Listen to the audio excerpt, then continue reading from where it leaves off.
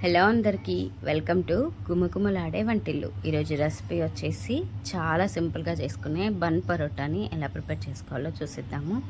దీనికోసం ఒక బౌల్లో 3/4 కప్పు వరకు గోరువెచ్చటి వాటర్ని తీసుకోండి. ఇందులోనే 1 టీ స్పూన్ షుగర్ని, 1/2 టీ స్పూన్ వరకు ఉప్పుని, 1 టీ స్పూన్ నిమ్మరసాన్ని, అలాగే 1 టీ స్పూన్ వరకు ఆయిల్ని వేసేసుకోండి. ఆయిల్ అనేది మనకి పిండి అనేది సాఫ్ట్గా వచ్చేలాగా. ఇప్పుడు ఇందులోనే కసూరి మేతిని కాస్త క్రష్ చేసి వేసుకోండి.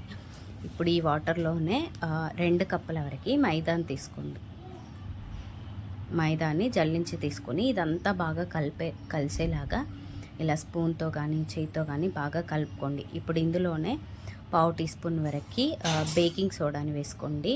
బేకింగ్ సోడా వల్ల మనకి పిండి అనేది ఎయిర్ బబుల్స్ అనేవి బాగా వచ్చి బాగా పొంగుతాయి అన్నమాట. ఇప్పుడు వీటన్నిటిని బాగా కలుపుకొని పిండిని చపాతీ ముద్ద కంటే కూడా కొంచెం సాఫ్ట్గా కలుపుకోండి. ఎందుకంటే మనం చేసేది బన్ పరోటా కాబట్టి బాగా పొంగుతాయి అండ్ సాఫ్ట్గా వస్తాయి. ఇప్పుడు ఇలా కలుపుకున్న పిండిని మూత పెట్టి ఒక గంట నుండి 2 గంటల వరకు పక్కన పెట్టేసుకోండి.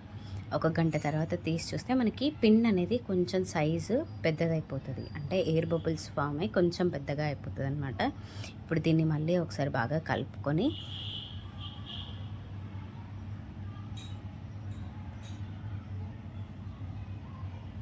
కొంచెం పిండి ముద్దను తీసుకొని చపాతీలాగా నలుచుకోవాలి.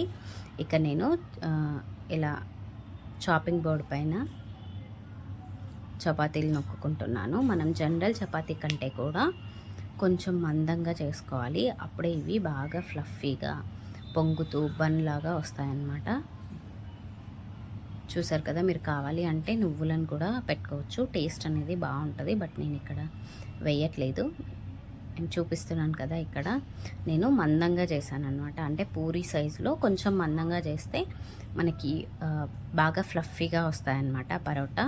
ఇప్పుడు దీన్ని ప్యాన్ని మీడియం టు లో ఫ్లేమ్లో మంటని అడ్జస్ట్ చేస్తూ ఒక 5 నిమిషాల పాటు కాల్చుకోవాలి. అప్పుడే మనకి లోపల వరకు బాగా కుక్ అయ్యి మంచిగా పొంగుతాయి అన్నమాట. ఇలా ఆయిల్ స్ప్రెడ్ చేసుకుంటూ లో ఫ్లేమ్లోనే ఇలా మంటను పెట్టాము అంటే స్లోగా పొంగుతాయి. చూసారు కదా ఎలా పొంగుతాయో. ఇలాగే మిగిలిన అన్నింటినీ కూడా ఇలాగే చేసేసుకోండి. అంటే చాలా సింపుల్గా చేసుకోవచ్చు ఈ రెసిపీ. వెజ్ అయినా నాన్ వెజ్ అయినా మసాలా గ్రేవీ కర్రీస్తో తింటే సూపర్గా ఉంటుంది. అంటే మనం బయట నాన్ తినే అవసరం లేకుండా మీరు కావాలి అంటే బటర్లో గార్లిక్ వేసేసి స్ప్రెడ్ చేసుకున్నాము అంటే మనకి గార్లిక్ నాన్ కూడా అయిపోతుంది అనమాట.